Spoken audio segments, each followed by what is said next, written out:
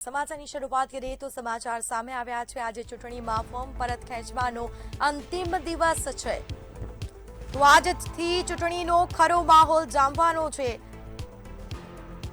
ઉમેદવારોની અંતિમ યાદી આજે જાહેર થશે। આજે ઉમેદવારી ફોર્મ ખેંચવાનો અંતિમ દિવસ છે। 15 મનપામાં 5985 ફોર્મ સામે 1934 ફોર્મ રદ થયા હતા।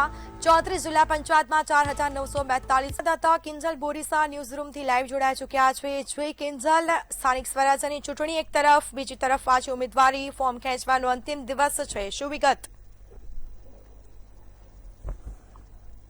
જી, આજે જે ઉમેદવારી પત્રક પરત ખેંચવાનો આજે અંતિમ દિવસ છે, ત્યારે આજે જે ચિત્ર છે તે પણ સ્પષ્ટ થવાનું છે। રાજ્યની 10,000 જેટલી બેઠકો ઉપર આજે ખબર પડી જશે કે કેટલા ઉમેદવારો ખરેખર મેદાનમાં છે। અનેક જગ્યાઓ પર ફોર્મ છે તે પરત ખેંચાયા છે। અનેક જગ્યાઓ પર ઉમેદવારોએ પોતાની ઉમેદવારી છે તે પાછી ખેંચી લીધી છે। ત્યારે કોંગ્રેસ દ્વારા પણ જે પ્રયાસો કરવામાં આવ્યા હતા કે અંતિમ સમયે પોતાના કોઈ ઉમેદવાર અન્ય પક્ષમાં ન જતા રહે, કે પોતાનું ઉમેદવારી પત્રક પરત ન ખેંચી લે, તેના માટે તેઓને અજ્ઞાત સ્થળે મોકલી દેવામાં આવ્યા હતા। ત્યારે ભાજપે પણ અનેક જગ્યાઓ પર ખેલ પાડ્યો છે કે કોંગ્રેસ અને આમ આદમી પાર્ટીના ઉમેદવારોને સામ દામ દંડ ભેદની નીતિ અપનાવીને જે ઉમેદવારો છે તેમને ડરાવી ધમકાવીને પોતાનું ઉમેદવારી પત્રક છે, પોતાનું ફોર્મ છે તે પરત ખેંચાવડાવી લીધું છે। ત્યારે આજે છે તે ચિત્ર સ્પષ્ટ થઈ જશે। 3 વાગ્યા સુધી જે ઉમેદવારો હજુ પણ જે ચૂંટણી છે તેમાંથી પોતાનું ઉમેદવારી પત્રક છે તે પરત ખેંચી શકશે। ત્યારબાદ જે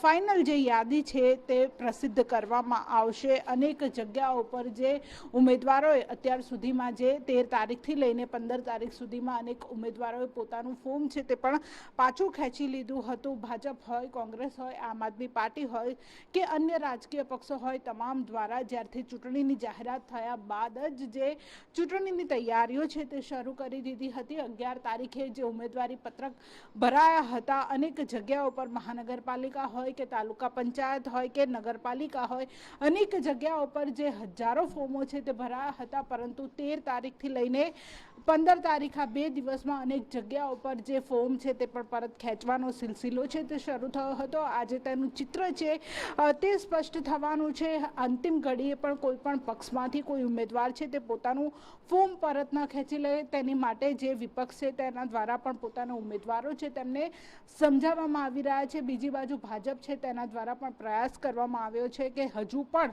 ઘણી બધી બેઠકો ઉપર તેઓ બિનહરીફ જીતી જાય, જે અન્ય જે હરીફો છે તેમના ફોર્મ છે તે પરત ખેંચાવી લેવામાં આવે। આજે 3 વાગ્યા બાદ જે ચિત્ર છે તે સ્પષ્ટ થઈ જશે અને કેટલા ઉમેદવારો ખરેખર આ સ્થાનિક સ્વરાજ્યના જંગમાં મેદાનમાં ઉતરશે તેનો આંકડો છે તે આવશે। જી બિલકુલ, જાણકારી આપવા બદલ આપનો આભાર। તો રસાકસીનું જંગ જોવા મળવાનું છે। ઉમેદવારી પત્ર આજે 3 વાગ્યા સુધી પરત ખેંચી શકાશે અને તે બાદ ઉમેદવારોની જે અંતિમ યાદી છે તે જાહેર થશે।